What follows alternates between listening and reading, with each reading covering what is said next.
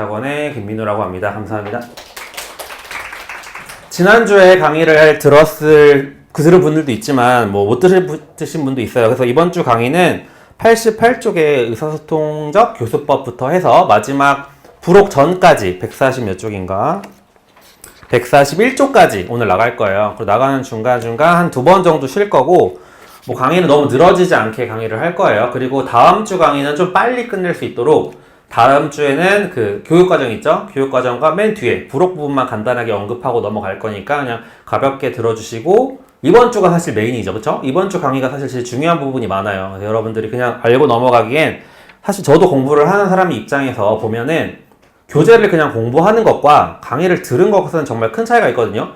공부를 할 때 저도 이제 여러분들은 사실 여러 과목을 공부해야 되니까 저도 마찬가지지만 지금 영어 과목을 준비하는 이제 강사 입장에서 영어 과목을 여러 가지 교육론도 보고 책도 쓴 입장에서는 설명해 드릴 게 꽤 많아요. 그러니까 이건 이거대로 저건 저거대로 이해하시는 것들을 이건 이거랑 연관이 되고 저건 저거랑 연관이 됩니다 라고 알아두는 것이 여러분들이 공부할 때 훨씬 더 좋기 때문에 그런 얘기를 드리는 거고, 그러면 이제 88쪽에 의사소통적 교수법부터 들어가도록 하겠습니다. 먼저 한번 훑어볼게요. 이 다 의사소통적 교수법 안에 들어가 있는 거는 일단 잠깐만요.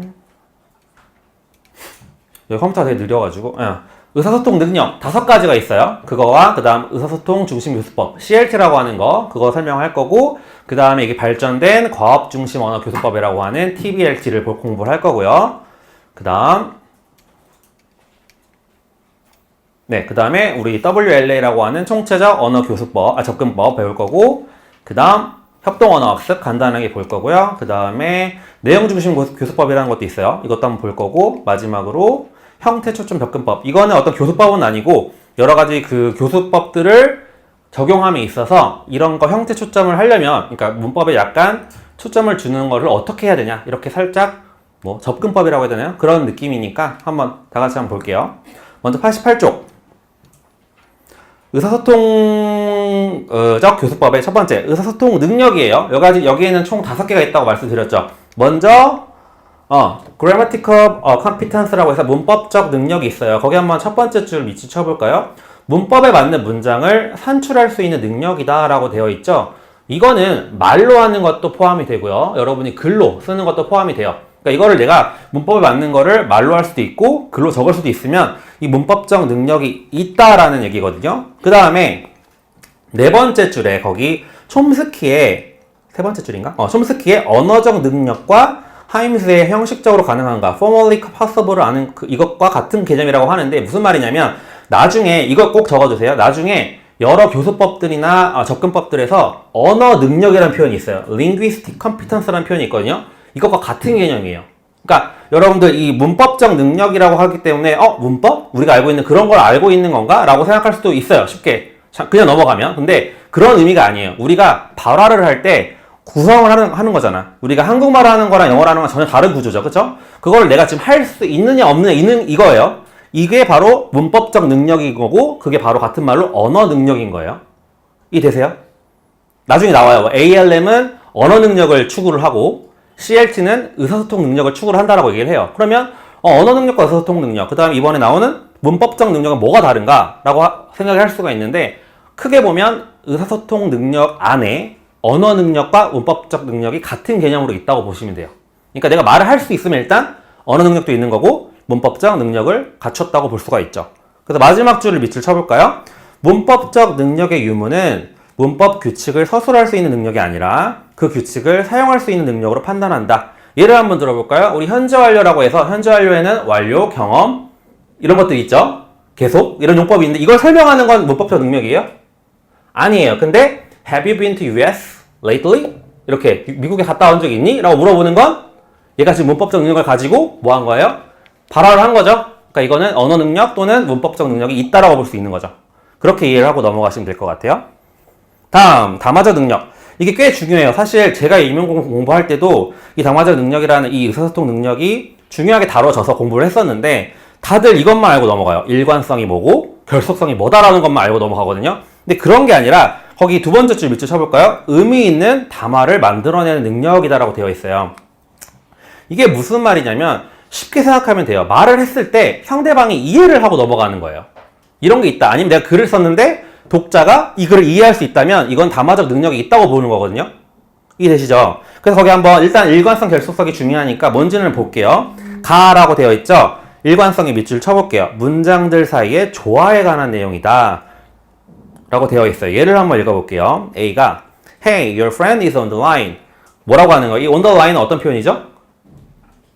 전화를 해서 지금 기다리고 있다는 표현이죠. 그쵸? 그래서 B가 I'm in the bath now 라고 해서 나 지금 샤워하고 있어 라고 얘기하죠. 사실 이거는 문장 하나하나만 보면 말은 안 돼요. 그쵸? 전화 기다리고 있어. 근데 나 지금 샤워해. 그치만 상황적으로 한 사람이 화장실에 있고 한 사람이 전화를 받는 상황이라면 내 전화를 받은 상황이라면 충분히 이해가 가능한 부분이죠. 그러니까 문장들 사이에 논리적으로 논리적이라고 해야 되나요? 흐름상 끊기지 않은 그런 내용이라면 이거 일관성이 있구나 라고 얘기를 하는 거예요. 그래서 이게 사실 영어로 coherence라고 하는데 이것도 꼭 알아두시고요. 헷갈리죠. 그쵸? coherence, cohesion 이거 어려운 헷갈린데 그 다음 거 볼게요. 결속성, cohesion이라고 하는데 응집성이라는 말도 써요. 그렇게 썼는데 뭐 그 한글로 된 거는 굳이 뭐 두 개를 다 외워야겠다 생각하지 마시고 막 교재 하나를 정했으면 그거 하나 나온 대로만 아시면 돼요. 결속성을 외우시든지 응집성을 외우시든지 상관없는데 제가 생각하는 건 왜 응집성을 안 넣었냐? 결속성이란 단어 속성상 구조라는 느낌이 확실히 느껴져요. 응집성이란 말보다. 안 그래요? 여러분 생각해봐. 응집성. 좀 헷갈려요. 이게 뭐가 응집이 됐는지 헷갈리는데 결속이라는 말은 뭔가 문장과 문장 사이에 뭔가 구조적으로 연결이 잘 돼 있는지 안 돼 있는지의 느낌이 오거든요. 그래서 제가 이 단어 굳이 안 적은 거예요. 강의할 때 얘기는 드리지만 같은 용어라는 걸. 그래서 이거는 구조적으로 잘 연결되어 있다는 의미예요. 그러니까 무슨 의미냐? 거기 예를 한번 볼까요? My brother got up at 6. 내 동생은 형은 6시에 일어난다. My brother drank milk. 내 동생은 우유를 마신다. 말은 돼요. 그쵸? 문법적으로 뭐 틀린 건 없는데 굳이 my brother를 두 번 쓸 필요가 있나요? 없죠. 여기서 he로 대체할 수 있는데 이거를 못 했다는 거죠. 그 다음 두 번째를 볼까요? What did Susan do last night? 수잔이 지난밤에 뭐 했니? 했더니 Student 1이 Susan played the tennis. 그 다음 Student 2가 She played the tennis라고 했어요. 물론 둘 다 맞는 얘기죠. 그쵸? 그때 굳이 너와 나는 둘 다 수잔이라는 사람을 지금 염두에 두고 얘기를 하고 있다는 거죠. 근데 내가 두 번째 Student 1이 수잔이라는 표현을 굳이 할 필요는 없었다는 얘기죠. 근데 이거를 했다. 이 말은 이 사람은 담화적 능력이 조금 부족하구나 라고 생각한다는 거죠. 이해되시죠? 이런 구조적으로 문제가 아니라 연결이 좀 잘 안 되는 느낌이 들면 얘는 결속성이 없다가 아니라 떨어진다예요. 이해되세요? 결속성은 어떤 게 있고 없고가 아니에요. 결속성이 강한 문장, 강한 담화 이가 있을 뿐 결속성이 없다는 아닙니다. 그러니까 두 번째가 거기 제가 첫 번째 얘는 결속성 X, 결속성 O라고 적어놨지만 그걸 OX, 있다 없다 유무로 판단하시지 마시고 밑에 게 좀 더 결속성이 강하다라고 판단을 하시는 게 좋다는 거죠. 아시겠죠? 그 다음에 밑에 그게 더 중요한데 담화적 능력은 일관성과 결속성 외에도 다음과 같은 능력을 포함한다라고 되어 있어요. 다 밑줄 치세요. 첫 번째, 대화를 시작하고 끝맺을 줄 아는 능력. 먼저 hi부터 시작해서 얘기를 할 수 있는 능력. 그 다음에 글을 쓴다면 뭐 introduce부터 시작해서 introduction부터 해가지고 계속 쓸 수 있는 능력. 이것도 다 담화적 능력이 있다고 보는 거예요. 그 다음 두 번째, 이거는 좀 다른 색으로 밑줄 치세요. 대화 순서를 지킬 수 있는 능력인데 거기다 옆에다가 페이지 140이라고만 적어주세요. 두 번째 거에 밑줄 다르게 치고 페이지 140이라고만 적어주십시오. 그 다음 세 번째, 다양한 장르의 글을 이해하고 쓸 수 있는 능력. 이것도 약간 담화라는 말에 어울리진 않는다고 느낄 수가 있어요. 하지만 담화가 그때 우리 지난 시간에 뭐라고 했죠? 글도 된다고 그랬죠. 그렇죠? 이런 글을 이해하고 쓸 수 있는 능력조차도 담화적 discourse competence라고 할 수 있다라는 것도 꼭 알아두세요. 다음 넘어갈게요. 그 다음 이것도 중요한 게 나오죠. 사회 언어학적 능력은 제가 가나로 나와 있는데 이거는 지금 따로따로 보셔야 돼요. Social Linguistic Competence인데 하나로 보면 첫 번째 줄 밑줄 쳤죠. 제가 그 볼드 처리했죠. 거기도 밑줄 치세요. 언어를 사회적 문맥, 컨텍스트에 따라 적절하게 사용할 수 있는 능력이다 라고 하는데 이 적절하게 말한다라는 게 굉장히 애매한 개념이긴 해요. 그쵸? 그 중에 이거를 가와 나로 나눈 이유는 이 사회 언어학적 능력을 쪼갠 거니까 이게 두 개가 아주 나눠진다고 생각하지 마시고, 사회 쪽은 지금 가에 해당이 되고, 나에 해당하는 건 문화적인, 언어학적인 내용이다라는 걸 한번 제가 설명해 드릴게요. 먼저 볼게요. 가, 사회 문화적 규약이라고 되어 있어요. Social Cultural Rule이라고 되어 있는데, 목표와 집단의 문화에 대한 지식이다. 거기 밑줄 치세요. 문화에 대한 지식. 그래서 목표와 집단의 가치관이나 행동 양식을 알지 못하면 성공적으로 의사소통하기 어렵다. 거기 예를 들었죠. 영어권 문화에서 1, 2, 3, 4, 5번은 모두 적절하지 않은 문장이에요. 처음 만난 사람끼리 아니면 별로 친하지 않은 사람끼리 이런 걸 물어본다는 건 말이 안 되죠. 근데 우리나라 사람한테 4, 5번은 어때요? 별로 어렵지 않, 그냥 쉽게 할 수 있는 말이죠. Where are you going? 어디가? Have you had lunch? 점심 먹었니? 그쵸? 그치만 이거는 영어권 문화에서 좀 어울리지 않는, 그러니까 퍼스널한 퀘스천이라는 거죠. 이런 걸 아느냐 모르느냐가 뭐예요? 사회 문화적 규약을 아냐 모르냐 이거죠. 그래서 이게 이런 걸 아는 것이 사회 언어학적 능력 중에 사회 쪽에 좀 해당이 된다는 얘기죠. 소시오. 그러니까 다 해당이 돼요. 이거 하나로 분류할 수 있지만 사회 문화적 규약을 안다는 건 사회 언어학적 능력 중에서 사회적 능력이 좀 해당된다는 거죠. 그 다음 두 번째, 나는 활용규칙이라고 하는데 pragmatic rules라고 해요. 이건 뭐냐면 한마디로 이걸 모르면 사후정이 됩니다. 그렇게 적어주세요. 얘를 모르면 동문서답하기 마련이에요.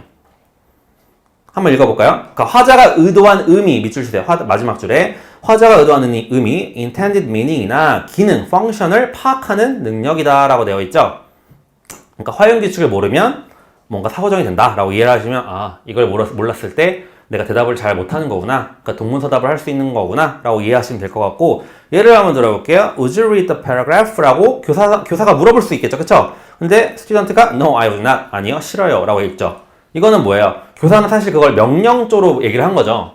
읽어보겠니? 라고 얘기했지만, 근데 그거를 파악을 제대로 못하고 진짜 would you라는 표현을 그냥 말 그대로 이해를 한 거죠. 해보겠니? 하고 싶어? 이거죠, 그쵸? 그랬더니 싫어요 얘기한 거예요, 그쵸? 이거는 약간 그 활용규칙을 몰랐다고 볼 수가 있죠.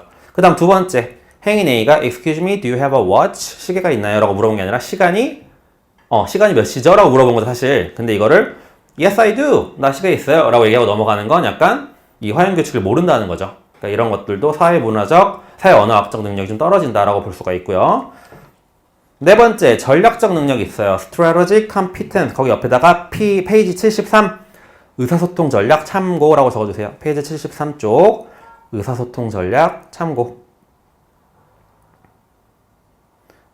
우리가 미리 배웠죠, 그쵸? 전략 거기 능력 뭐죠? 우리 앞에서 전략을 배웠을 때 이걸 배웠어요. 의사소통 전략. 뭐 우리가 뭐 어떤 게 있었죠? 뭐 이렇게 명령어 요구도 있었고요. 그 다음에 도움 요청하기 뭐 이런 것들도 있었죠, 그쵸? 그런 것들이 다 해서 뭐가 된다? 이런 전략적 능력이 되는 거예요. 그래서 언어적 전략도 있고요. 비언어적 전략도 있어요. 모르는데 발을 동동 구르는 것도 사실 내가 지금 모른다는 걸 알려주고 있는 거죠. 이것도 전략적 능력에 해당이 된다는 거죠.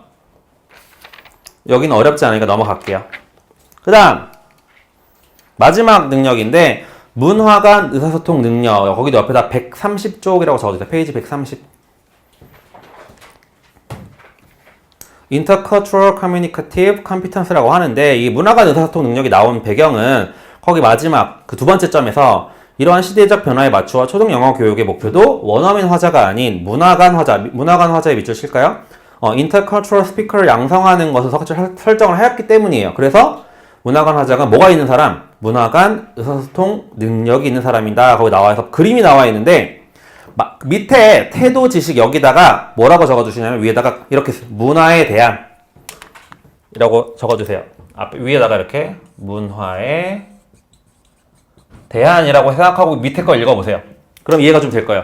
문화에 대한 태도, 문화에 대한 지식, 그 다음 문화에 대한 해석 기술, 그 다음에 문화에 대한 발견과 상호작용 기술, 그 다음 문화에 대한 비판적 문화적 자각, 정치적 교육, 이것들을 알고 있는 사람이 문화 간 능력이 있는 사람이고, 이 문화 간 능력과 우리가 아까 배웠던 언어 능력과 뭐라고 했죠? 문법적 능력과 같다는 얘기 했죠. 그렇죠? 문법적 능력과 사회 언어학적 능력, 그 다음 담화 능력을 고루고루 갖춘 사람이 뭐가 있는 사람? 문화 간 의사소통 능력이 있는 사람이다라고 할 수 있다는 거죠. 그 그림을 이해할 수 있겠어요? 다시 한번 밑에서부터 해석하는 거죠. 문화에 대한 태도와 문화에 대한 지식, 문화에 대한 해석 기술, 어떤 새로운 문화에 대한 발견, 그 다음에 문화를 서로 상호작용할 수 있는 기술, 그 다음 문화를 비판적으로 또는 문화적으로 자각하는 능력, 그 다음에 정치적인 교육을 받은 거. 그쵸? 예를 들면 우리 그거죠. 미국 대통령 선거는 어떻게 뽑죠? 혹시 아시나요? 우리나라처럼 전부 다 그냥 국민투표 하긴 하죠. 하긴 하는데 예를 들면 어떻게 가져가죠? 걔네들은 스테이트별로 가져가죠. 캘리포니아주, 뉴욕주가 그냥 그 주에서 이기면 그냥 그 주 걸 다 가져가는 간접 민주주의죠. 그쵸? 이런 것들을 알고 있는 사람이 대통령 선거를 바라보는 거랑 아예 모르는 사람이 바라보는 거랑은 전혀 다른 느낌이라는 거죠. 이해되시죠? 그러니까 정치적인 교육이 왜 안 들어가냐는 거 물어볼 수도 있는데 그런 의미로 들어간다는 얘기예요. 그래서 이런 문화에 대한 것들을 갖고 간 게 문화가 능력이 있는 사람, 그 다음 아까 앞에서 배웠던 언어 능력, 뭐라고 했죠? 문법적 능력과 같은 거, 그 다음에 사회언어학적 능력, 담화 능력을 갖고 있는 사람이 문화 간 의사소통 능력이 있다라고까지 이해하시면 될 것 같아요. 그 다음 넘어가겠습니다. 두 번째, 의사소통 중심 교수법. 별표 3개 쳐야죠, 이 정도는. 이거는 뭐 배경은 그래요. 사실 그 촘스키가 나오면서 이 구조주의 언어이론, 이 구조주의 언어이론이 많이 적용됐던 교수법이 뭐였죠? ALM이었죠. 그쵸? 청와식 교수법. 그거를 비판을 해요. 뭘 비판하냐면 거기 그 ALM 비판에도 나와 있어요. 생성 문법 이론이라고 하는 촘스키의 이론이 있었는데 그게 뭔 말이냐면 사람이라는 게 사실 여러분 생각해 보세요. 말을 하는 게 듣고 따라하는 것만이 아니라 사실 지금 신조 엄청 많죠. 우리 지금 10대들이 말하는 거 따라갈 수 없잖아. 그런 능력처럼 사람은 되게 창의적인 언어를 발화하는 능력이 있다라는 거예요. 이런 것들을 구조주의 언어에서는 설명이 안 된다는 거예요. 그쵸? 생각해보세요. 구조주의. 언어라는 게 이미 정해져 있고, 그걸 다 쪼개놓은 걸 우리가 배운다. 그쵸? 행동주의. 그거를 딱 보방하고 암기만 하면 언어가 된다. 근데 생각해보세요. 그런 언어만 나와 있나요, 지금? 매번 세대가 가면 갈수록 새로운 언어가 생긴다는 거죠. 그런 거를 말하는 게 이게 바로 이 촘스키의 이제 창조성, 뭐 생성 문법 이론이라고 해요. 뭐 그런 것들이 있는데, 이런 것들을 자극을 받아서 나온 게 나중에 지금 이 말하는 CLT예요, CLT. 그래서 우리가 두 번째 줄 보면은 개념 중심 교수 과목을 제안하였다라고 나와 있죠. 이게 우리 그때 모국어 습득 이론에서 functional approach 기억나시죠? 기능주의.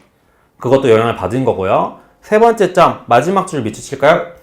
교재를 집필할 때 의사소통 기능을 기본 단위로 시작하였다. 사용하기 시작하였다. 그러니까 지금 이게 우리 지금 교과서 교육과정에 적용이 되어 있는 거죠. 그쵸? 그래서 이런 것들은 사실 어떤 접근법이라고 하지만 어떤 누가 이렇게 딱히 만든 건 아니에요. 뭐 연구자들이 나 이거 CLT라고 명명할 거야 라고 만든 건 아닌데 이런 흐름을 갖고 보니까 이런 것들을 총칭하는 걸 우리가 CLT라고 말할 수 있겠다라는 거예요. 이해되시죠 이거? 그래서 두 번째 특징이 있는데 특징은 거기 보면 비교하게 표가 나와 있죠. 우리 제일 처음에 배웠던 교수법 중에 문법 번역식 교수법은 당연히 문자 언어 중심이었죠. 그쵸? 그리고 정확성이 되게 중요했어요. 우리 라틴어를 번역하는 그런 교수법이었기 때문에. 그리고 언어 지식만 갖고 있으면 상관이 없죠. 이 언어 지식은 언어 능력과 같은 겁니까? 다른 거죠. 그쵸? 이거는 그냥 우리가 문법적으로 A를 B라는 언어로 바꿀 수 있으면 언어 지식이 있다고 볼 수 있는 거예요. 그렇지만 문법적 능력은 뭐예요? 발화를 할 수 있어야 돼요. 글 쓰던가 그 언어로. 아시겠죠? 그 다음 청와식 교수법은 음성 언어 중심이에요. 왜냐면 뭐였기 때문에 전쟁통에 말을 빨리 배워야 됐어요. 그쵸? 그리고 미국을 유학 갔는데 영어를 했어야만 했어. 그러니까 그렇게 빨리 배워야 돼야 됐기 때문에 나온 게 ALM이에요. 그래서 음성 언어 중심은 맞는데 뭘 되게 중시했죠? 행동주의의 영향을 받았기 때문에 언어는 습관이라는 얘기를 했어요. 그쵸? 그래서 정확성을 엄청 강조합니다. 그래서 language is habit. 그 다음에 어류는 첫 번째 어디부터? 초기 단계에서부터 규정한다. 그쵸? 그게 청와식 교수법이죠. 그 다음에 가장 중심을 뒀던 건 말하기 능력이에요. 말하기 능력. ALM의 가장 중점 뭐라고요? 말하기 능력이에요. 근데 이게 문제가 많았죠. 우리가 그때 ALM의 마지막에 비판점 중에 하나가 뭐였어요? 앵무새처럼 반복해서 외운 거 가지고 실제 미국에 나가봤더니 돼요, 안 돼요? 안 돼요. 이래서 나온 게 적어주세요. PPP 모형입니다. PPP 모형. PPP 모형. 우리가 교수법 중에 ALM을 조금 더 강조해서 contextualization이라고 하죠. 문맥화, 맥락화를 시킨 게 PPP 모형이에요. 나중에 배울 거예요. 거기다 적어만 주세요. PPP 모형이라고. 발전 뭐 이렇게 해놓고 맥락화 이런 식으로 적어주세요. 그 다음에 그래서 여러분들 그 PPP 모형을 설명할 때 이게 뒤에 나오기 때문에 의사소통 중심 교수법의 하나의 일종이라고 생각하시는 분도 많아요. 근데 흐름은 거기서 나온 건 아니에요. 그러니까 이 CLT 안에 속하긴 해요. 하지만 ALM을 발전시킨 거지 절대 CLT에서 툭 튀어나온 게 아니라고요. 그 PPP 모형은. 아시겠어요? 그래서 PPP 모형은 뭘 강조하죠? 말하기 할 때만 되게 강조를 합니다. practice, production 하잖아요. 그쵸? presentation, practice, production. 그러니까 여러분들 이런 흐름을 그냥 교재에 여기 나왔기 때문에 얘는 CLT겠지? 라고 생각하고 넘어가면 안 된다는 거예요. PPP 모형이. 말하기지도 나왔기 때문에 그냥 최근에 나왔나 보다. 지금도 가르치니까 요즘 거겠지? 라고 생각하면 전혀 안 된다는 거예요. ALM인데 좋은 점이 있어요. 그쵸? 그 장점을 갖고 있는데 지금 ALM의 문제가 뭐였죠? 탈맥락화예요. decontextualization. 맥락이 떨어진다는 얘기예요. 실제 가서 안 된다는 거야. 그래서 그거를 좀 보완한 게 PPP 모형이고 이 PPP 모형을 적용함에 있어서 사실 이거조차도 맥락화를 완벽하게 한 건 아니죠. 리얼 퍼포즈가 아니잖아. 프랙티스 한 다음에 프로덕션 하는 거잖아요. 그래서 우리가 좀 더 그 안에 뭘 넣죠? TBLT를 넣죠. 태스크를 넣어서 좀 애들에게 실제적인 유의미한 활동을 하게끔 만들잖아요. 그러니까 이런 거를 흐름을 알고 있어야지 얘 따로 하면 다 다른 내용 같아요. 이해되시죠? 지금 이 흐름을 갖고 가셔야 돼요. 그래서 이 CLT는 음성 언어도 중심이지만 문자 언어도 되게 중요시합니다. 읽기, 쓰기도 강조를 합니다. 그 다음에 유창성과 정확성 둘 다 강조를 하지만 일단 초기에는 뭘 더 강조하죠? 유창성을 강조하죠. 그래서 이거는 언어 사용 능력, 한마디로 의사소통 능력을 기른다. 이거 비슷한 말이라고 할 수 있어요. 언어 사용 능력과 의사소통 능력은 같은 말까지는 아니지만 비슷한 말이라고 생각하면 됩니다. 그래서 오른쪽에 보면 두 번째 점을 밑줄 쳐볼게요. 언어 사용의 기본 단위는 구조나 어휘가 아니라 의사소통 기능이다. 그래서 이런 의사소통 기능이기 때문에 chunk 또는 prefabricated patterns, 그 조립식 문형을 쓸 수밖에 없죠. 이해돼요? How are you? 라는 거를 how, are, you로 가르치는 게 아니고 그냥 인사하기 기능으로 우리가 소개를 하죠. How are you? 이해되시죠? 그게 어떻게 보면 또 chunk라고 볼 수도 있는 거고 그런 단위가 된다는 거예요. 어쩔 수 없이. 쪼개지지 않는다는 거예요. 그래서 이 구조나 어휘가 아니라는 거죠. 그러니까 뭐 어휘부터 배워서 how는 뭐고 비동사 뭐고 이렇게 안 배운다는 거예요. 그 다음 그 세 번째 밑줄 좀 거기도 밑줄 치세요. 언어교육의 목표는 의사소통 능력을 기르는 것이다. 옆에다가 는 하고 언어 사용 능력 이런 식으로 적어 놓으세요. 똑같은 말은 아니지만 같은 의미로 쓰여요. 거의. 언어 사용 능력. 그 다음에 밑에에서 거기 밑줄 쳐볼까요? 언어 항목을 제시할 때는 반드시 맥락화. 거기 오타가 하나 있어요. T가 빠졌어요. contextualization이죠. 그쵸? T가 빠졌죠? 맥락화를 하여 의미 있는 맥락 속에서 제시해야 한다. 거기도 밑줄 치시고 밑에 의사소통 원리, 과업의 원리, 유의미성 원리 3개 묶어서 별표 치세요. 3개 묶어서. 그러니까 CLT에는 기본적인 이런 원리가 있다라는 거예요. CLT 뭐라고 했죠? 아까 어떤 특별한 교수법은 아니에요. 그쵸? 그렇지만 CLT 안에 있는 내가 CLT를 갖고 갔을 때, 우리 교사 입장에서 뭔가 할 때, 이 3가지 원리를 항상 염두에 둬라는 얘기예요. 뭐 어떤 거? 의사소통 원리기, 뭐 어떤 거? 실제 어떤 상황과 연결된 맥락화를 할 필요가 있다. 그 다음, 과업의 원리, 어떤 과업은, 특히 어떤 과업, 유의미한 과업 수행을 하면 학습은 습득으로 연결될 수도 있다. 그 다음, 세 번째 유의미성. 학습자에게 의미 있고 실제적인 언어가 학습 과정에 도움을 준다. 이 3가지 원리를 항상 염두에 두고 이 CLT를 가지고 어떤 교수법을 우리가 적용한다는 거죠. 이 3가지 원리가 있다라는 거. 그 다음 오른쪽 수업 절차 볼게요. 그러니까 CLT는 사실 어떤 특별한 교수법이 정해져 있진 않아요. 그러니까 뭔가 어떤 그걸대로 따라야 된다 이런 느낌은 아닌데 기본적으로 한 모델이 있어요. 거기 모델을 설명한 건데 그러니까 이게 이렇게 해야 된다는 아니에요. 먼저 프레젠테이션을 합니다.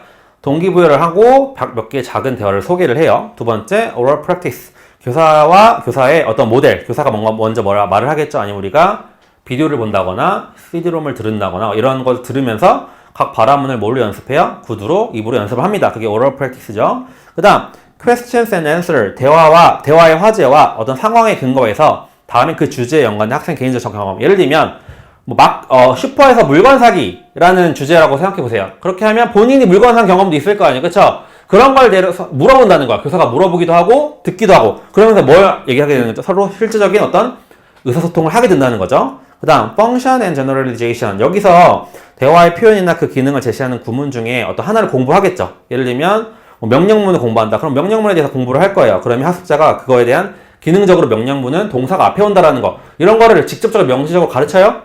그건 아니에요. 근데 아이들이 이렇게 표현을 자꾸 해보면서 일반화를 시키게끔 한다는 거예요.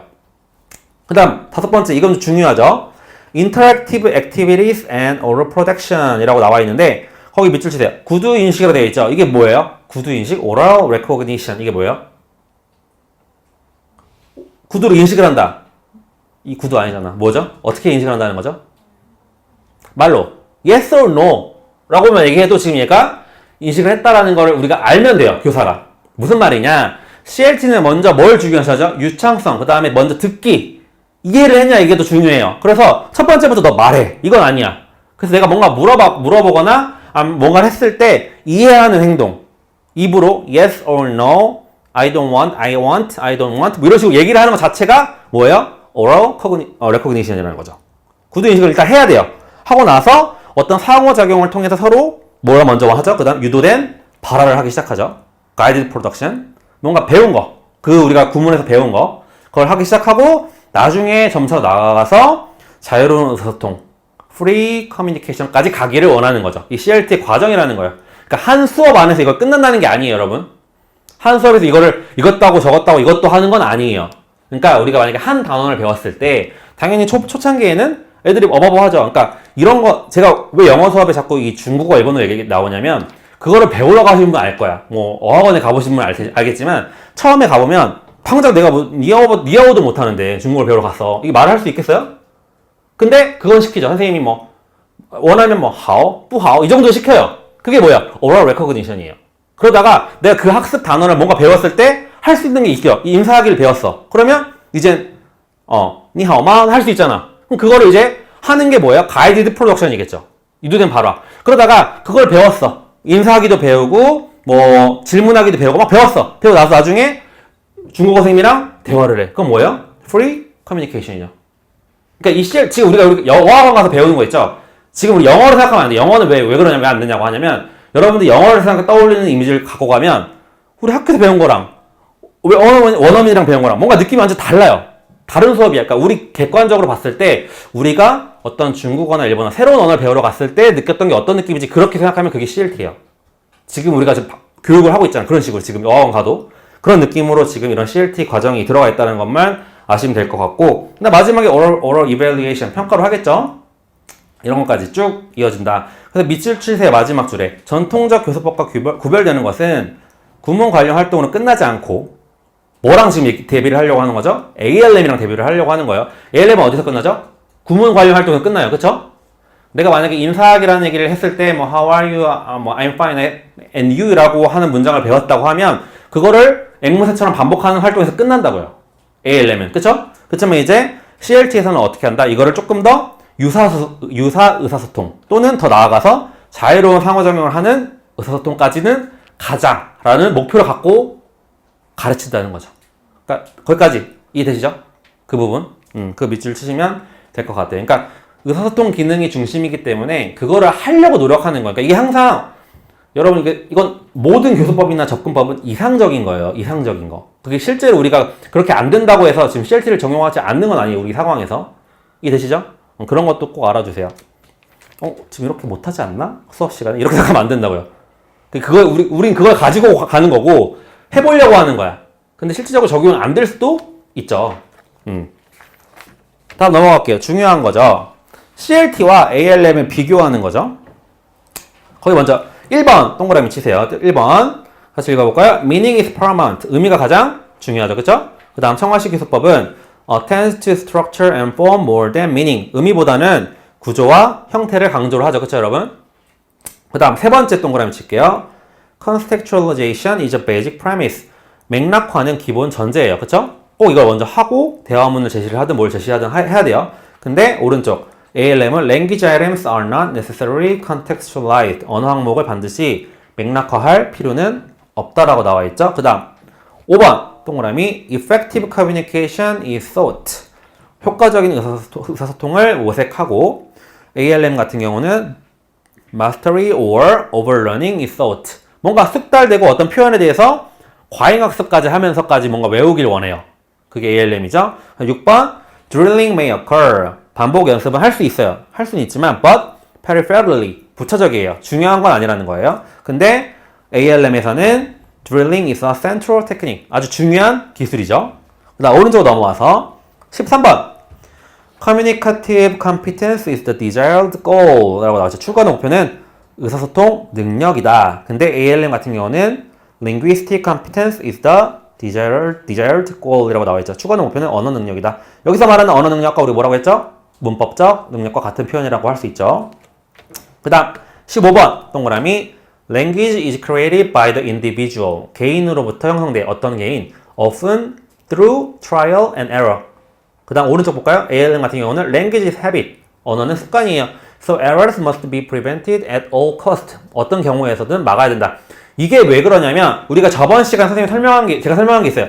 Interlanguage 들어봤죠? 중간 언어. 제가 했었죠. 그런 게 발견되고 중간 언어에 대해서 긍정적인 입장으로 된 논문들이 발견이 되면서 이거 인터랭귀지 괜찮은 건데 왜냐면 이건 발달하면서 생기는 거잖아요. 그러면서 그런 가설이 계속 깨지면서 애들이 목표에 가까워지는 거죠. 그렇죠? 그렇기 때문에 이거를 인정한 것이 CLT. 이 중간 언어라는 걸 인정하지 않은 게 ALM이에요. 적어주세요. 가운데다 이렇게 인터랭귀지의 유무예요. 그러니까 이런 것들을 생각보다 많이 안 가르쳐줘요. 그러니까 비교만 하면 뭐해? 왜 얘는 CLT는 오류를 인정을 했고 왜 ALM은 오류 인정 안 했어? 거기서 나온 게 바로 뭐라고요? 인터랭귀지라고요. 그렇게 되면 이해가 되죠. 얘는 왜 안 돼? 그러니까 얘는 언어랑 뭔가 습관이기 때문에 딱 배워버리면 ALM 같은 경우는 뭔가 못 고치는 걸 생각한 거야.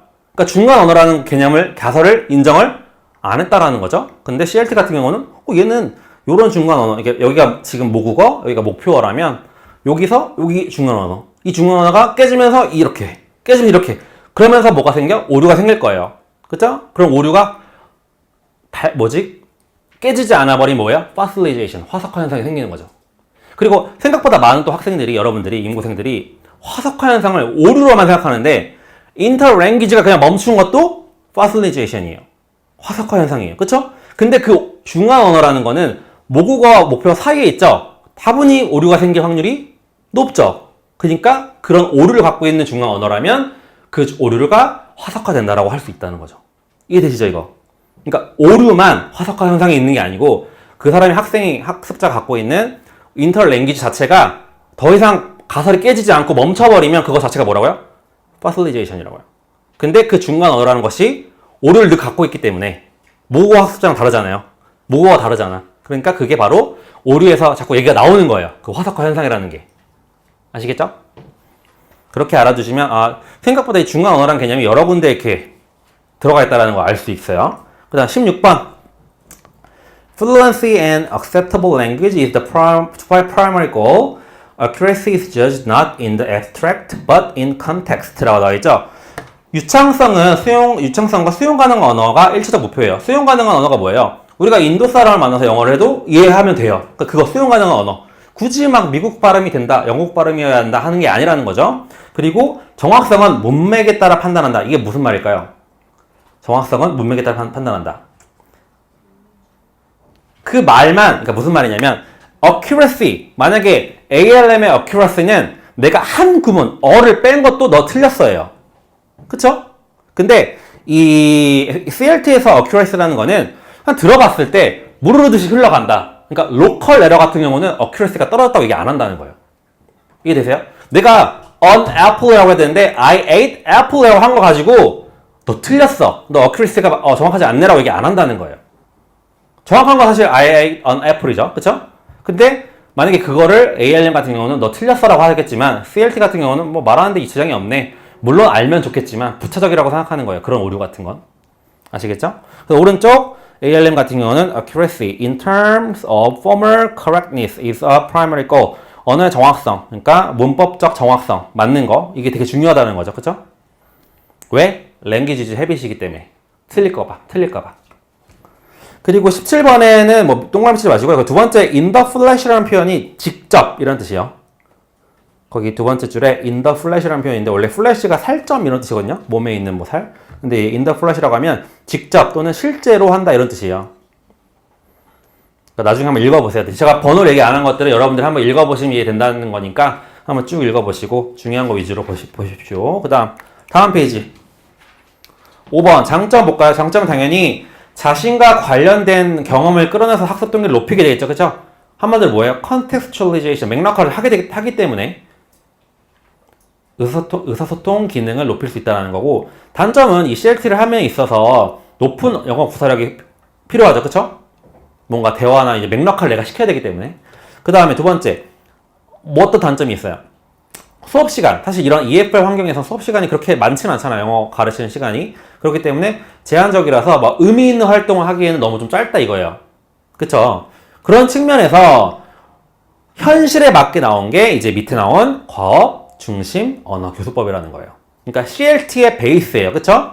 CLT라는 어떤 그런 티칭 교수법에 접근법에 영향을 받았는데 이거를 실질적으로 EFL 상황에서 어떻게 좀 더 적용할 수 있을까? 사실 얼마나 좋아. 막 대화를 하고 의사소통 기능을 기르면 좋지만 그렇게 많은 여유가 시간적 여유가 없기 때문에 그럼 짧은 시간 안에 효율적으로 의미 있는 어센틱한 기능을 개발할 수 있는 게 뭐가 있을까 해서 나왔던 게 이 태스크 베이스드라는 거죠. 과업을 하게 되면 애들이 그 짧은 시간에 엄청나게 많은 발화를 한다고 보이거든요. 연구 논문에 있어요. 우리 생각해보세요. 여러분 생각해봐. 인포메이션 갭 액티비티 해본 적 있죠? 여러분 학생 때도 해본 적 있을 거예요. 뭐 길찾기를 하는데 얘는 뭐 우체국이 그려져 있어. 지도에.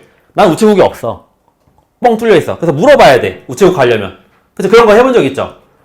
여러분이 수업 나가서 해볼 수도 있는 거고. 그런 걸 하게 되면 당연히 얘기를 많이 할 수밖에 없어요. 이해되시죠? 그러니까 그렇게 어쩔 수 없는 상황을 만들어주는 게 뭐예요? 이 TBLT예요. 한번 볼게요. 중요하죠, 그래서. 배경은 두 번째 밑줄 칠게요. 실제 자료를 사용하여 실생활에 필요한 과업을 교실에서 수행한다라는 거예요. 사실 우리나라에서 하고 있는 거는 이 TBLT의 변형이지 TBLT 자체는 아니에요. 왜 그런지 이따 설명을 드릴게요. 그래서 이런 실제적 자료를 이용한다. 그래서 마지막 줄, 두 번째 줄 마지막 줄, TBLT는 CLT의 논리적 귀결이라고 주장한다라는 것까지 그냥 발전된 정도라는 것만 알아두시면 되고, 그 다음 오른쪽에 위에 거기도 밑줄 칠까요? 과업, 텍스트는 언어 습득의 필요 조건인 인풋과 충분 조건인 사용, 유스의 기회를 모두 제공해준다. 그쵸? 듣기도 하고 말하기도 하고. 우리 그때 이거 설명했죠? 첫 번째 정원 시간에 무슨 가설? 어디 가설에 이런 얘기가 나오죠? 대화가 중요했던 가설이 뭐죠? 왜 이네? 아웃풋, 하이퍼 테스트. 그죠? 기억나죠? 이게 뭐예요? 내가 말한 아웃풋은 상대방한테 인풋이 되고 그게 다시 아웃풋으로 나오고 이되시죠? 이런 기회를 많이 할 수 있는 게 바로 이게 뭐예요? TBLT죠. 근데 밑에 나오죠? 또 비슷한 말 나오죠? 뭐 상호작용과 의미 협상이란 말이 나오죠. 왜냐? 그런 가설을 받아들였기 때문이에요. 이해되시죠? 그러니까 우리가 그게 배운 게 허투루 배운 게 아니죠. 그쵸? 이런 것들을 배우려고 배운 거예요. 따로따로가 아니라는 거야. 따로따로가. 그래서 이런 1990년대, 2000년대까지 이 TBLT가 엄청나게 유행을 했어요. 그래서 여러분들이 저도 배운 영어 시간에 많이 써먹었던 게 이런 것들이라는 거죠. 실제적으로 우리가 많이 했던 거. 지금도 쓰고 있고요. 그래서 2번, 과업의 정의는 나와 있는데, 뭐, 세 명의 학자가 여러 가지 얘기를 했어요. 비슷한 내용이에요. 그냥 한번 읽어보시고, 오른쪽 거기 밑줄 칠게요. 이렇게 세 가지 정의를 보면, 공통적인 속성을 추출할 수가 있는데, 두 번째 줄 밑줄 칠게요. 비언어적 목적을 성취하기 위하여 언어를 사용하는 활동이 바로 태스크, 과업이라고 할 수 있다는 거죠. 비언어적 목적이라는 게 뭐예요, 여러분? 그러니까 게임이라고 하거나 아니면 물건 사기라고 했을 때 실제로 우리가 뭐 마켓 활동을 할 수 있잖아요. 사실 뭐 가짜로 이렇게 소꿉놀이처럼 해서 물건 상점 주인, 그 다음에 나는 구매자 역할을 해가지고 뭔가 하는 활동, 이런 거 하면서 어떤 그 사람이 물건 구매자는 물건을 구하는 거, 판매자는 파는 게 목적이죠. 지금 그런 활동을 해보면서 부차적으로 뭘 사용하는 것이면 언어를 사용하게끔 하는 거죠. 이러면서 뭘 늘리게 하는 거야? 의미 있는 활동을 하면서 언어 능력을 기르게 하는 게 TBLT라는 거죠. 그래서 이 과업의 성공 여부는 뭐에 의하여 평가된다? 두 번째 줄 밑에 보면 결과의 아웃컴에 의하여 평가된다라고 볼 수 있죠. 무슨 말이냐? 그러니까 과업 중심이라는 거는 이 과업을 성취했냐 안 했냐라는 거잖아. 그잖아. 근데 사실 언어는 어느 때 배워요? 그 얘기를 하는 뭐에서 배워요? 과정, 프로세스에서 배우는 거죠. 이해되세요? 그러니까 과업의 성취 여부와 언어 의사소통 능력을 개발 여부는 다른 거예요. 한마디로. 이해되세요? 그러니까 이 아웃컴을 학습자들이 이 아웃컴, 태스크를, 목표를 이루려고 하는 과정에서 그 프로세스에서 우리가 언어를 배우는 거죠. 그래서 언어를 습득한 것과 실질적으로 애가 거기서 물건을 산 거, 상점에서, 가짜 상점에서 물건 산 거, 그것과는 좀 다른 개념이라는 거예요. 이해되시죠? 그 목표를 평가된다는 거 여기서 헷갈릴까봐. 결과에서 평가된다. 근데 왜 이게 비슷할 수밖에 없죠? 사실 아이가 말을 못해서 구매자가 상점 갔어. 가짜 상점 가서 물건을 구매 못하면 거업도 실패. 사실 내가 말하지도 못한 거잖아요. 이해되세요? 듣거나 뭔가 말하는데 이 문제가 있었다는 거죠.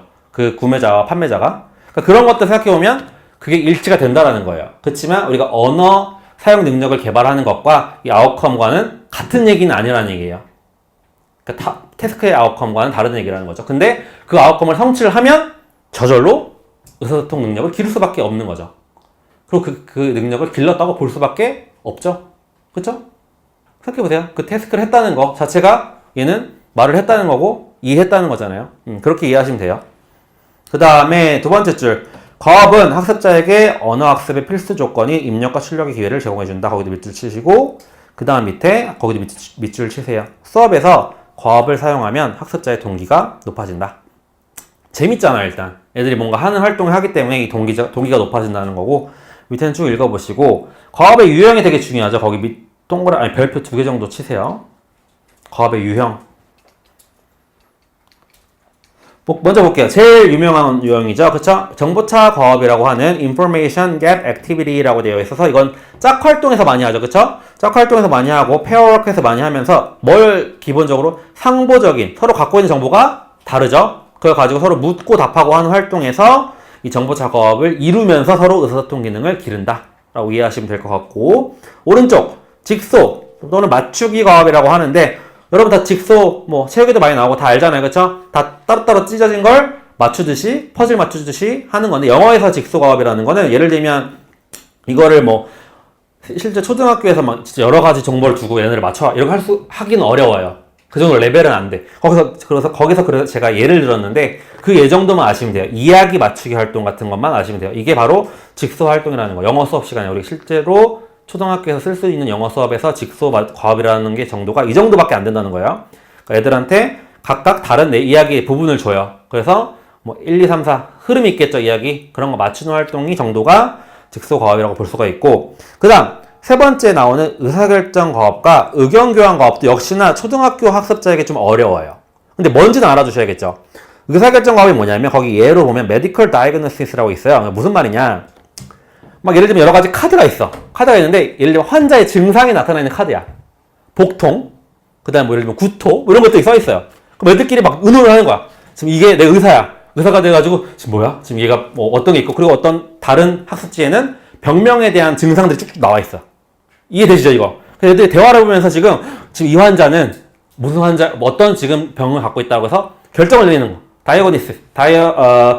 다이어그노시스라고 하죠. 진찰. 그쵸? 뭔가 그걸 하는 것 자체가 이 의사결정 과업이죠. 결정을 하는 거죠. 또는 거기 나와있죠. Flight Judgment. 이거 어려운 거야. 이거 사실 초등학교 살 수 없어요. 비행기를 가고 있는데 악천후야. 그런 게 막 써있어. 써있어가지고 지금 이거를 회항을 할 것인지 이런 거 있잖아요. 그런 걸 해보는 게 서로 지금 얘기를 해보는 게 뭐예요?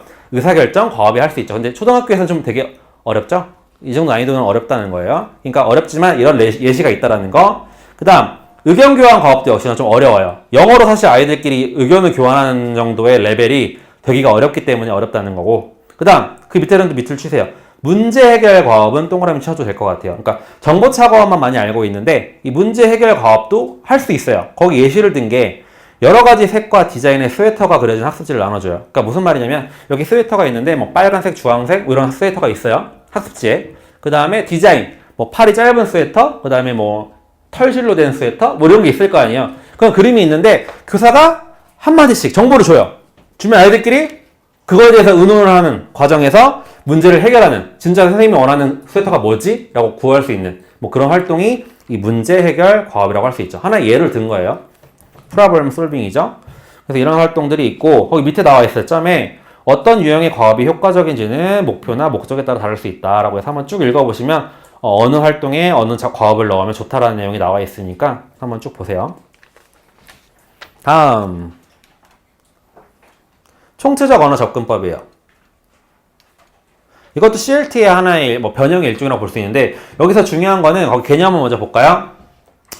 총체적 언어 접근법에서 언어는 별개의 부분으로 이루어진 집합체가 아니고 하나의 전체로서 간주된다. 이 부분이 중요하죠. 하나의 전체로서. 그러니까 우리 뭐라고 하죠? 이걸 생각하시면 돼요.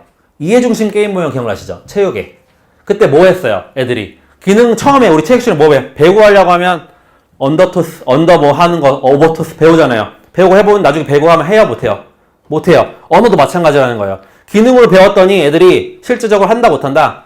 못한다, 잘 못한다. 그래서 언어조차도 하나로 통째로 배우자. 그게 바로 총체적 언어 접근법이에요. 그러니까 뭐 듣고 읽고, 원래는 우리가 듣는 거, 잘 생각해보세요, 여러분들. 우리 지금까지 배운 것 중에 대부분의 교수법들이 이거 엄청 강조하죠. 듣고 말 안 해도 돼. 정의적 여과막 낮춰줄게. 말하지 마. 그리고 이따 나중에 딜레이드 프로덕션 해. 근데 실제로 이게 되나요? 잘 생각해보세요. 아무리 듣고 있다고 해서 애들이 그거를 듣고 있는다고 해서 머릿속에서 막 중간 언어가 생성돼. 뭐 이론은 좋죠. 생성되다가 나중에 어느 순간 말이 입이 턱 튀어가지고 프로덕션을 한다? 되게 이상적이라는 얘기예요. 그러니까 듣기 기능을 너무 강조했다는 거죠. 이해되세요? 그동안의 영어에서 어떤 영어뿐만 아니라 언어 수업에서 이 리셉티브, 듣기 이해하는 기능을 너무 강조했기 때문에 실질적으로 프로덕션 한다거나 읽는다거나 쓰는 거에 굉장히 소홀했다는 거예요. 그걸 약간 반향으로 나온 거죠. 이 WLA가. 그래서 언어는 이 네 기능이 모두 통합적이기 때문에 뭐가 먼저 중요하고 먼저 뭔가를 해야 되는 게 아니라 다 같이 하면 좋다 이거예요. 그래서 강조하는 게 나오죠. WLA 하면 딱 뭐가 많이 떠오르죠? 스토리텔링, 이야기예요. 좋은 이야기를 듣고 애들이 이해를 하고 그거에 대해서 뒷이야기를 쓴다거나 그럼 뭐가 되죠? 쓰기 기능이죠. 그거에 대해서 아이들한테 설명해 준다거나 그럼 무슨 기능이죠? 말하기 기능이죠. 그걸 내가 옆에 있는 친구가 듣는다? 무슨 기능? 듣기 기능이에요. 그러니까 이 이야기를 가지고 인형극을 한다. 역할놀이를 한다. 그 다음 뒷이야기를 쓴다. 상상 이야기를 쓴다. 모든 걸 하면 내 기능이 다 나오죠. 이해되세요? 그러니까 처음에 좋은 양질의 문학 또는 이야기를 제시하는 걸 되게 강조하죠. WLA에서는. 그러니까 왜 이게 WLA가 나왔는지에 대한 흐름, 그 다음에 이걸 어떻게 하는 건지에 대한 걸 여러분들이 알고 있어야 뭐가 큰 차이지라고 생각하지 않는 거예요. 그냥 총체적이니까 다 같이 뭔가 한다. 이렇게 생각하시면 전혀 안 된다는 거죠. 다시 한번 요약하면 그 전에 받은 교수법들과 접근법들이 너무 듣기 기능에 강조했다. 그쵸? 그렇기 때문에 실질적으로 발화한다거나 읽고 쓰는 거에 대해서 약간 소홀히 했다. 그래서 언어라는 거는 그렇게 배우는 게 아니라 사실적으로 듣고 있는, 그러니까 이게 왜 그렇게 나왔냐? 여러분 생각해보세요. 모국어를 자꾸 비교를 했기 때문이에요. 그전에는. 모국어에서 애들이 뭐 읽어요? 안 읽잖아. 그냥 엄마가 말하는 거 듣다 보고 애들 말 안 하다가 갑자기 말을 팍 터. 이런 걸 항상 모국어에 비교를 하다 보니까 듣기 기능을 엄청 강조했던 거예요. 근데 실질적으로 우리는 제2언어 학습자에겐 다른 게 필요하다는 거죠. 읽을 수 있는데 왜 안 읽어 이거예요. 학습을 했잖아. 그러니까 이거 크라셴의 이론에 어떻게 보면 배치해야 되죠. 잘 생각해보세요. 크라셴은 이걸 강조하지 않았어요. 그렇잖아요. 근데 실질적으로 학습자들은 그 학습된 거를 학습은 모니터만 하는 게 아니라 실제로 학습자는 어때요? 학습한 거 가지고 영어를 써요. 그쵸? 모니터는 하지만 쓰잖아요. 그래서 학습자들은 제2언어 학습자들은 모국어 학습과 다르게 리셉티브, 이해하는 기능이 그렇게 중요하진 않아요. 그냥 보고 읽을 수도 있고 말할 수도 있고 어느 정도 쓸 수도 있어요. 그러니까 이게 중요한데 마지막에 거기 이 WLA의 기능 중에 중요한 게 뭐냐면 근데 이게 되려면 뭐가 있어야 돼요? 기본적으로 영어를 처음 배우는 애한테 WLA를 할 수 있어요? 못해요. 그래서 이런 레벨이 중요한 게 뒤에 나오지만 영어로 이게 있어요. threshold라는 게 있는데 이게 뭐냐면 문지방이라는 거예요. 문지방. 그러니까 이걸 넘을 수 있는 수준이 돼야 일을 할 수 있다는 거예요. 이 threshold라는 게 뭔 말이야? 이 레벨이라는 게 왜 중요하냐? 이 레벨은 뭐야? 기본적인 걸 읽고 쓰고 말하고 들을 수 있는 능력을 말해요. 그러니까 이게 네 가지가 이 정도 레벨이 돼야 WLA를 적용시켰을 때 네 가지 기능이 같이 발달한다는 거죠. 이해되시죠? 그러니까 이거 WLA라고 해서 이거 좋다 해서 이거를 막 초등학교 3학년 애들한테 갑자기 이거를 적용하면 된다 안 된다? 안 된다. 이거는 고학년들한테 적용했을 때 좋은 교수법, 접근법이라는 거 할 수가 있죠. 그래서 이 네 기능, 그래서 그 총체적 언어 접근법에는 중요한 말이 하나 있죠. 또 거기 적어주세요. 전체는 부분의 합보다 크다. 뭐 이런 얘기가 나오면 영어로든 한글로든 이게 나오면 WLA를 하는 말이 지칭하는 말이에요. 그래서 거기 다단으로 된 오른쪽을 보면 맨 위에 보면 교수 자료는 의미가 통하고 상관성이 있는 전체 내용이어야 한다라고 되어 있죠. 그래서 언어를 조각으로 나누는 것을 지향하고 학습자가 내용을 추측할 수 있는 것을 사용한다라고 되어 있어요. 그래서 뭘 많이 사용한다? 주변에 있는 인쇄물 또는 이야기, 아동도서를 많이 사용해요. 주변에 나온 인쇄물은 영어로 뭐라 되어 있죠? environmental print라고 되어 있어요. 왜? 그 학생들 주변에서 그걸 구할 수 있는 것들. 예를 들면 뭐 신문 광고, 그 다음 도로 표지판, 상품만, 그러니까 애들한테 딱 쉽게 볼 수 있는 것들. 그걸 가지고 많이 한다라는 거죠. 그리고 첫 번째 한글로 된 점, 그 밑에 바로 보면 교실 수업의 실예로서 동화 읽기 교실 수업은 인형극을 활용하여 한다고 나와 있죠. 퍼펫쇼를 활용한다고 나와 있어요. 그러니까 아이들한테 여기서 옆에다 그것도 적어주세요. 역할놀이라고 적어주세요. 역할극 또는 역할놀이. 그러니까 이것도 인형극이라고만 하지만 사실 아이들이 역할을 정해서 하는 것도 중요하죠. 그러니까 애들이 역할극을 하려면 뭘 받아야 돼요? 대본을 받아야 돼요. 그쵸? 대본을 읽으려면 이야기를, 그 대본이라고 하지만 스크립트로 나와 있지만 어쨌든 하나의 이야기죠. 그러니까 뭐가 중요해? 사실 이야기가 엄청 중요한 거예요. 재밌는 이야기를 골라야 되고 그 재밌는 이야기를 아이들이 이 threshold level 어느 문지방을 넘을 수 있는 레벨이 된 애들한테 이런 걸 시켰을 때 여러 가지 네 가지 기능이 상관관계를 이루면서 같이 발달한다. 이게 바로 WLA의 큰 그림이라는 거죠. 그래서 오른쪽 넘어가면 거기 관련 업무 두 번째 줄 같이 밑줄 쳐볼게요.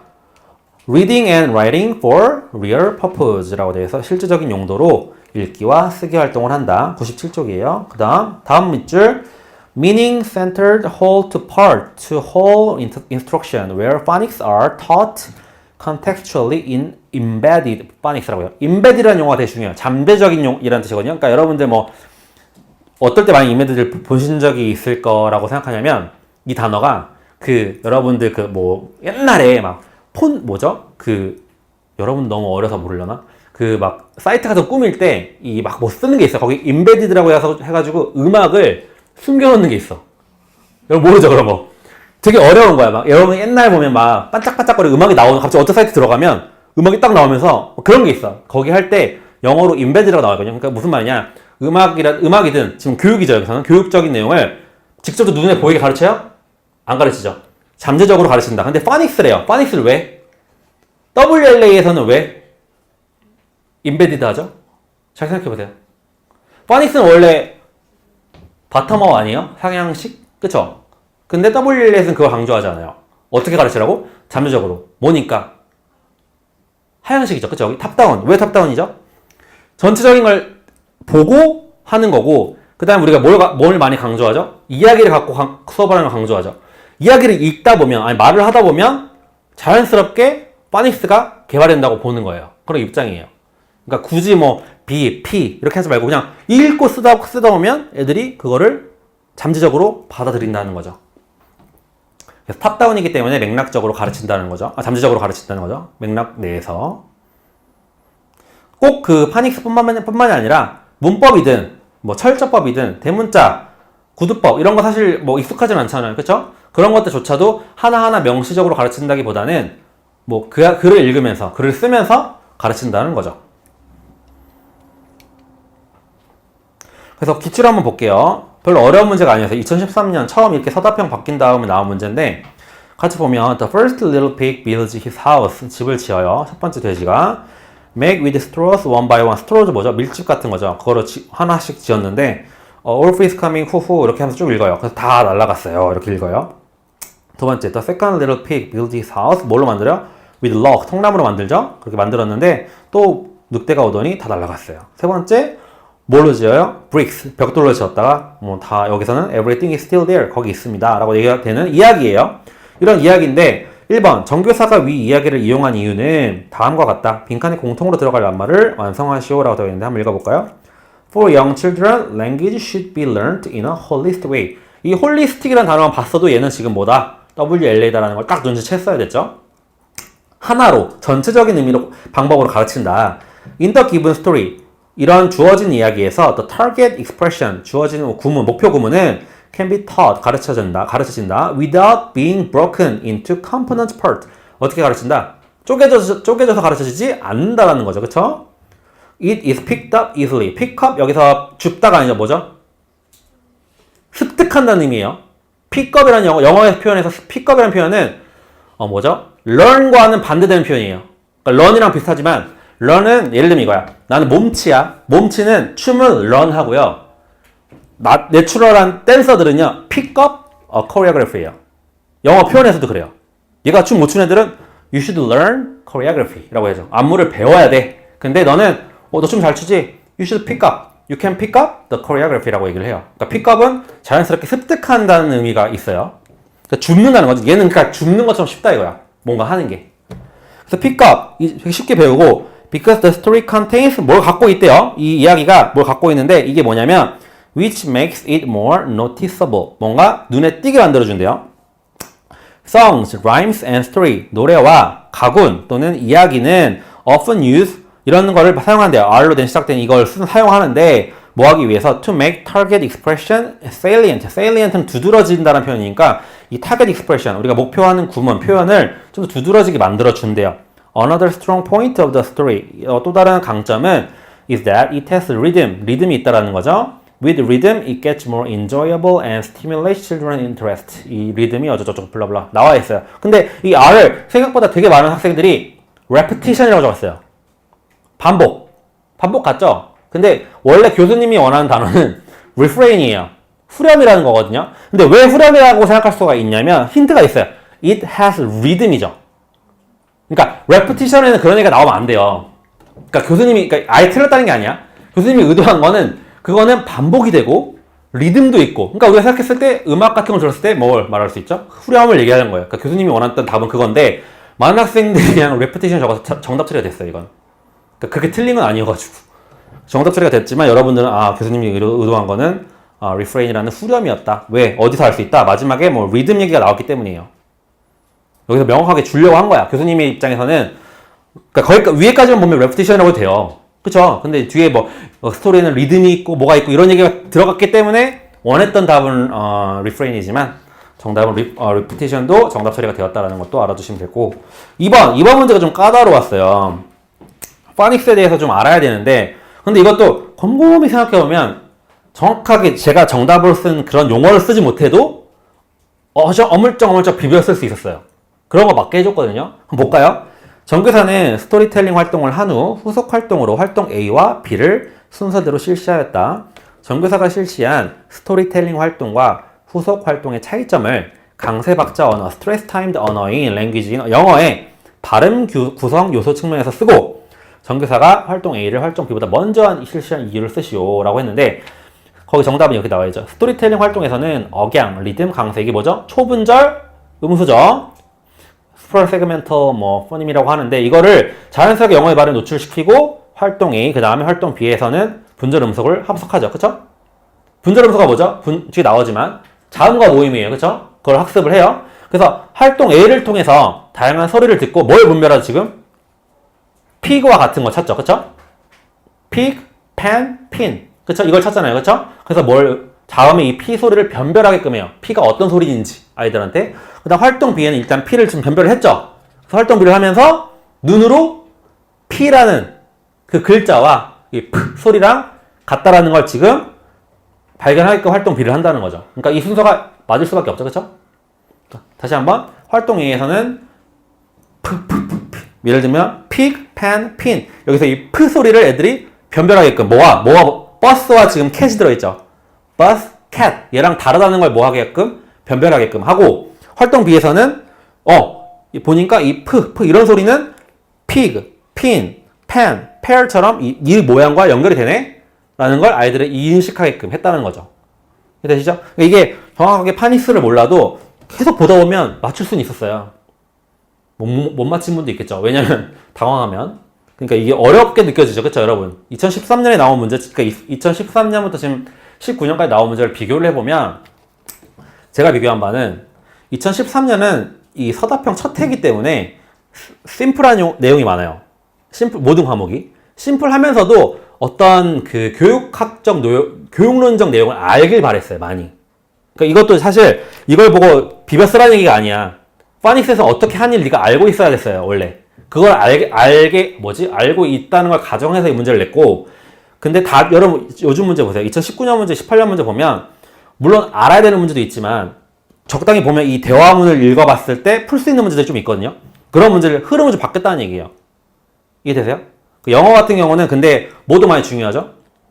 이 교육론도 물론 중요하지만 강론이 없기 때문에 교육과정도 굉장히 중요해요. 여러분 그 성취기준 같은 것도 제가 여러분에게 권고를 하자면 다 외우는 게 좋아요. 성취기준까지는 영어에서. 근데 4, 0, 01, 01 이렇게 외우라는 게 아니라 발음을 어떻게 가르치라고 했지? 3, 4학년에? 예를 들면 후렴은 뭐지? 그 다음에 뭐라고 하죠? 그 강세나 그런 걸 얘기한 그런 중요한 그 성취 기준이 있어요. 물론 다음 시간에 배울 거예요. 그러니까 그냥 말도 안 되는 그냥 읽어봤을 때 그냥 흐름으로 눈으로 툭툭 넘어가는 성취 기준 말고 딱 보면 얘는 나올 것 같은 느낌이 드는 게 있어. 그러니까 내가 문제를 냈을 때 여러분들 영어 같은 경우는 특히 그걸 많이 생각해봐야 되는 게 다른 과목도 마찬가지지만 내가 교수님 입장에서 이 성취 기준 갖고 문제를 내면 어떤 거랑 연결을 지을 수 있을까를 항상 생각해보세요. 근데 그게 연결이 잘 매치가 안 되는 성취 기준이 많아요. 생각보다. 근데 보면 어떤 거는 얘는 문제 내기 딱인데 싶은 것들이 있어. 2015년 그 성취 기준을 보면. 나중에 그것도 우리 다음 시간에 얘기하겠지만 그런 것들 위주로 보세요. 물론 교수님들은 항상 뒤통수를 치기 때문에 여러분들이 안 내온 거를 그렇게 낼 수도 있지만 그러니까 제가 봤을 때 우선순위를 봤을 때 영어는 8점이죠. 그쵸? 8점 맞죠? 갑자기 생각이 안 나네. 8점 맞지 않나? 3.5점, 4점, 4점 이렇게 나오잖아요. 보통 8점이야. 근데 생각보다 다른 과목에 비해서는 가성비가 좋다고 저번 시간에도 얘기했어요. 가성비가 좋아요. 내가 영어를 영어 똥멍청이가 아닌 이상 그냥 영어 같은 과목은 사실 교육론 내용 자체가 제가 설명한 그 내용이 완벽하게 이해가 되면 다시 한번 공부할 때 별로 오랜 시간이 걸리지 않아요. 해보면 알잖아요. 나중에 또 보면 알 거예요. 여러분들 여름방학 끝나고 9월, 10월 때 다시 공부할 때 영어 과목이 생각보다 그 흐름만 계속 놓치지 않고 공부하면 좀 금방금방 다시 텐션이 올라오거든요. 다시 할 것 같아. 근데 문제는 이 영어 과목이라는 거를 자꾸 놓친다는 거예요. 사람들이 다 강론 준비 공부한다고 다른 과목 공부한다고 사실 영어 과목을 좀 놓는 경우가 많은데 굉장히 가성비가 좋은 과목이기 때문에 꼭 많이 공부하세요. 그리고 성취 기준 같은 경우는 지금 외울 필요 없어요. 지금 외우지 말고 한 10월 말 그때 미친 듯이 외워야 돼요. 미친 듯이 중얼중얼 그렇게 외우다 보면 나중에 시험 때 만약에 성취 기준 문제가 나왔을 때도 풀 수 있어요. 그러니까 똑같이 쓰라는 건 요즘 스타일이 아니에요. 똑같이 예를 들면 3, 4학년 성취 기준에 이런 내용이 있다. 이걸 쓰시오. 이런 내용은 안 나와. 근데 성취 기준을 알면 쓸 수 있는 내용이 굉장히 많이 나온다는 거야. 그러니까 만약에 몰라도 내가 성취 기준을 중얼중얼 거렸던 사람이라면 이런 비슷한 내용이 있었지라고 하면서 비벼 쓸 수가 있다는 거죠. 그러니까 그런 문제 나올 거니까 너무 어떻게 해야지 하지 말고 한 10월, 11월 할 때 그냥 한번 지금은 훑어보는 정도 앞에 교육과정은 그 다음에 나중에 엄청 외우셔야 돼요. 성취 기준은 어쩔 수 없어. 다음 넘어갈게요. 협동언어학습 쉬워요. 이게 뭐냐면 그냥 우리 모든 교수법을 할 때 그냥 짝과 소집단의 활동을 많이 이용하면서 뭐 하라는 거야? 협동교수 학습을 하면 뭐가 많이 된다?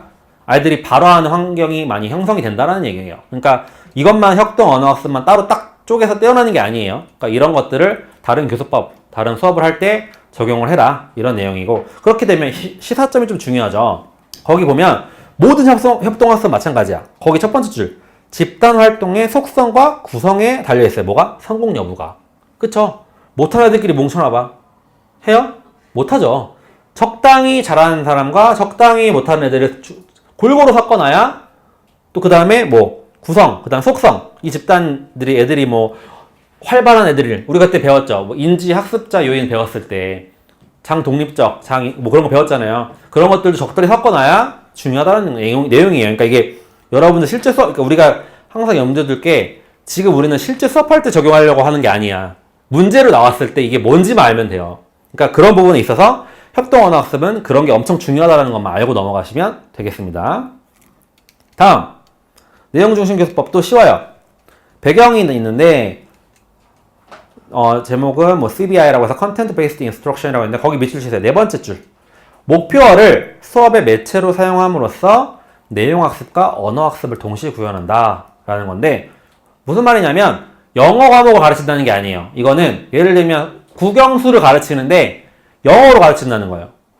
그러니까 실제로 초등학교에서 적용한다기보다는 대학교 있죠. 대학교에서 적용하는 거 영어 수업 하잖아요.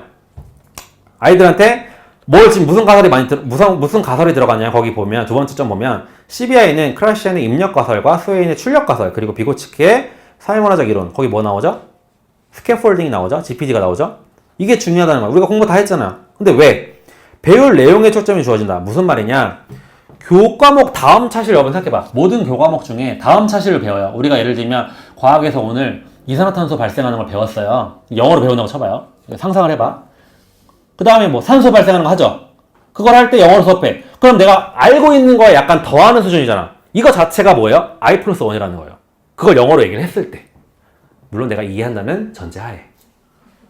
이해되세요? 그러니까 이 영어 몰입교육이라는 말 들어본 적 있어요? 그러니까 영어 수업을 사실 다른 과목을 할 때 영어로 수업하는 거예요. 그러니까 별로 어려운 개념은 아니에요. 그런데 이거를 하다 보면 우리가 여러 가지 배웠던 그런 이론들 있잖아요. I+1, 뭐 입력가설, 출력가설을 사용할 수 있는 환경이 된다는 거예요. 굉장히 이상적인 거예요.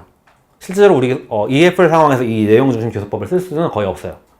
왜냐면 다 이해하시죠? 왜 안 되는지 아시잖아. 그래서 이건 되게 이상적이다. 그래서 특징 보면 특징 밑에 2번의 특징의 네 번째 줄부터 밑줄 칠까요? 교과목의 내용과 목표를 동시에 배울 수 있다. 이런 장점이 있어서 좋은 교수법이긴 하지만 실제로 우리 문제에 나오기 좀 어려워요. 그러니까 이런 사실 여러분 생각해봐.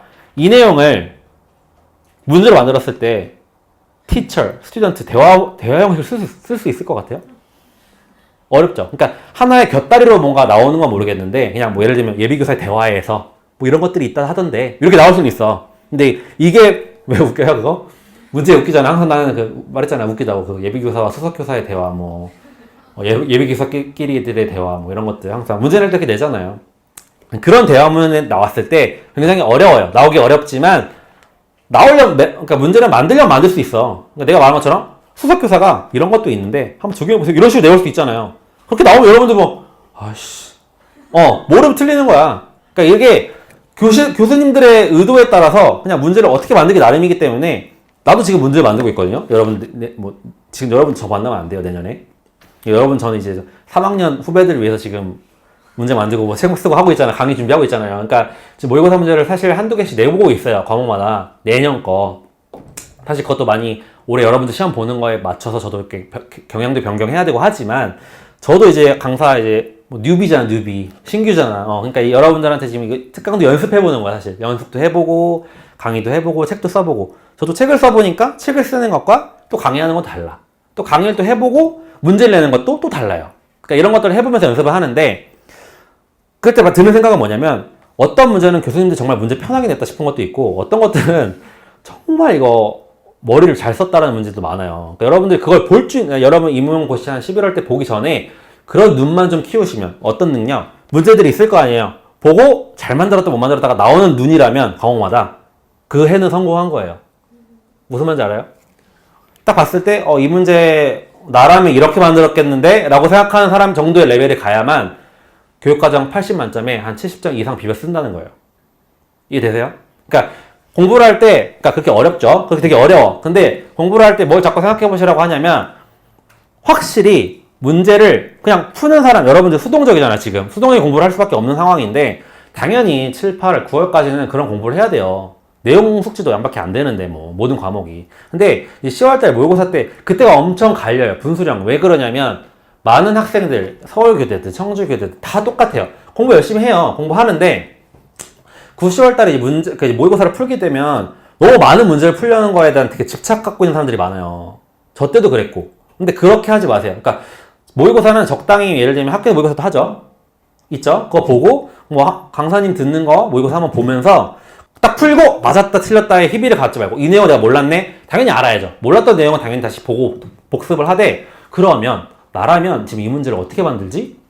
만들 수 있을까? 라는 공부를 하기 시작하면 여러분들이 한 단계 더 업그레이드 된다고 해야 되나? 그런 느낌이 들을 거예요. 그러니까 제가 지금 말하는 거 막 와닿진 않을 거야. 근데 나중에 되면 어떻게 돼요? 지금 문제 푸는 것도 버거운데 만약에 내가 지금 기출문제도 버거운데 나중에 그런 문제를 그런 레벨에 갈 수 있을까? 근데 제가 얘기했잖아. 초인지 전략, 상위인지 전략이에요. 이걸 내가 갖고 있는 이런 생각을 하고 있는 공부하는 사람과 그냥 문제를 그냥 틀렸다. 아이씨 망했다. 다시 봐야지. 이런 사람과는 아주 다르다고. 수능 때 느끼지 않았어요? 앉아있는 애들, 관상용 공부하는 애들 많아. 엄청 앉아있는 애들. 근데 성적 안 오르는 애들 있죠. 그 애들은 내가 항상 말해. 애들한테 과외를 할 때도 말했지만 그 애들은 메타인지 능력이 떨어지는 거야. 내가 지금 이 6시간 앉아있으면서 뭘 하는지 집중을 안 하고 그냥 앉아있고 공부를 하는 그 자체만 너무 거기에 감동받아서 막 공부를 하는 거야. ALT 막 제일 많이 돼가면서. 임고생도 많아요. 다 똑똑할 것 같죠? 여러분 아니야. 여러분 주변에 하는 애들이 다 앉아있다고 다 될 것 같아요? 아니에요. 물론 정비례는 아니지만 앉아있는 시간과 비례하긴 해요. 확실히. 그쵸? 그치만 이런 걸 보면서 나는 여러분들 그런 생각 안 했어요. 난 공부할 때 수능 공부할 때 그랬는데 임용고도 마찬가지지만 최대 효율을 쓰겠다. 나는 앉아있는 시간 대비 최대 효율을 갖고 가겠다. 그러려면 여러분이 뭘 많이 갖고 가야 돼요? 상위인지를 많이 써야 돼요. 문제 풀 때도 마찬가지란 얘기예요. 문제 풀 때도 그냥 이 문제 풀고 쏙쏙 넘어가지 말고 이 문제를 한 번쯤 생각해 보는 거야. 이 문제를 내가 낸다면 어떤 생각을 할까? 어떤 식으로 낼 수 있을까? 꼭 이렇게밖에 못 냈나? 아니면 이 문제 잘 만들었다. 웃겨요? 그런 식으로 생각해 보면, 그러니까 잠깐 생각하는 거야. 여러분 그거를 막 골똘히 보면서 막 다시 해체라는 얘기가 아니에요. 근데 만약에 한 문제당 보통 두세 문제 작은 문제들이 있잖아요. 그러면 이 문제는 왜 여기 이렇게 됐지? 이런 생각을 한번 해보라는 거예요. 그런 생각을 해보고 안 해보고가 굉장히 다르다는 거죠. 그 나중에 시험장 받아서 문제를 받았을 때 그때 느낌이 들어요. 잘 만들었다. 푸는 거야. 이거 어려워. 어려운데 이렇게 하면 풀 수 있는 능력이 된다는 거죠. 그러니까 제가 말하는 거 꼭 명심하세요. 지금 약간 또 듣고 막 나중에 까먹을 수도 있는데 내용 공부 열심히 하고 그 다음에 문제 풀 때도 다시 한번 그런 거 이 전략을 쓰라는 거야. 전략을 아시겠죠? 그 다음 그래서 이 내용 중심 교수법은 간단하게 넘어가고 오른쪽 그냥 쭉 읽어보시고 거기 세 번째 세모로 된 거 관련 원문에 거기만 밑줄 치세요. This could be anything 이라고 된 거 보이죠? 그 줄만 밑줄 쳐서 보세요. 그러니까 주제는 되게 다양하다는 거예요. 꼭 교과목이 될 수도 있지만 다양한 거. 사실 뭐 그냥 여러분 영어 수업 중에 내가 영어 수업 할 때 애들이 좋아하는 BTS에 대해서 BTS에 관련된 기사를 갖고 내가 출력을 해서 애들한테 주면서 이걸 가지고 애들한테 대화를 해보기 시작하고 하는 것도 이 교수법에 해당이 된다는 거예요. 꼭 교과목을 영어로 막 대화하고 영어 수업 한다 이게 아니라 아시겠죠? 다음 그러니까 내용이 중심이 된다는 거고 여기까지 하고 이제 형태 초점까지만 하고 이게 잠깐 쉴 거예요. 볼게요. 형태 초점 접근법 아까도 설명을 잠깐 드렸지만 하나의 어떤 교수법이 아니라고 얘기를 했어요. 모든 교수법을 적용할 때 이 CLT에 가장 큰 문제가 하나 있었어요. 뭐였냐면 CLT를 가르쳐 놨더니 뭘 자꾸 유창성만 엄청 강조하죠. 듣고 막 유창성, 플루언시만 엄청 강조하기 때문에 애들이 문법은 뭐 글로벌 에러만 중요하고 로컬 에러는 중요하지 않다고만 생각을 하기 때문에 교사도 그렇게 생각하기 때문에 애들이 굉장히 막 문법에 대한 그게 떨어졌어요. 실질적으로. 그래서 거기 나오죠. 첫 번째 줄. 이거 최근에 나온 의미 중심의 의사소통 활동만으로는 원어민과 같은 수준의 정확성을 획득하지 못하는 연구 결과에 따라 결과를 해보니까 사실 원어민과 같은 수준의 정확성을 획득하기는 어려워요. 어려운데 그 기존에 ALM을 공부하는 애들이 있었겠죠. 선배들이라고 해야 되나? 더 나이 드신 분? 그런 분들을 비교해봤을 때 이 CLT로 배운 애들을 보니까 정확성이 너무 떨어진다 이거야. 가르쳐 보니까. 이해되세요? 그러니까 누구냐면 거의 우리 세대인 거죠. 90년대, 2000년대에 배웠던 애들이야. TBLT에 CLT에 항상 그 화려했던 꽃을 피웠던 시대에 배웠던 애들이 문법 교육에서는 별로 정확성이 떨어졌다는 얘기예요. 그래서 나온 게 지금 애들 가르칠 때는 어떻게 하자? 이 포커스 온 폼에 형태에 집중을 하자 이거예요. 왜? 그러니까 옛날 우리가 GTM처럼 다시 문법을 막 다시 이거 현지하려고 이렇게 가르치지 말고 CLT가 좋은 거 많으니까 유창성을 중시하되 그래도 애들한테 이 구문에서는 어떤 게 중요한지 이 문법이 어떤 사용한지 눈에 보이게끔은 가르치자라는 거예요. 그렇게 해서 이걸 가르치려다 보니까 방법이 몇 가지 있어요. 그래서 몇 가지 방법만 알면 돼요. 이 형태 초점 교수법은 접근법은 여러 가지 교수법을 하는 와중에 형태, 그러니까 문법적 내용, 구문적 내용을 애들한테 눈에 익히게 만들어주는 거예요. 아니면 익숙하게끔. 볼까요? 특징은 거기 있어요. 특징에서 두 번째 줄. 학습자들이 의식적으로 밑줄 치세요. 혹은 무의식적으로 언어의 문법적 구조를 발견하고 배울 수 있도록 이라고 하는 데 있죠. 꼭 무의식적인 아니어도 돼요. 그러니까 의식적으로 알려주는 것도 상관없어요. 그것도 상관없는데 아이들한테 야 이거 문법이 이런 내용이야 라고 설명하는 명시적 지도가 아니라는 거예요. 명시적 지도는 아니지만 지금 우리가 배우는 활동에 이런 중요한 구문들이 있어 정도까지는 알려줄 필요가 있다는 거죠.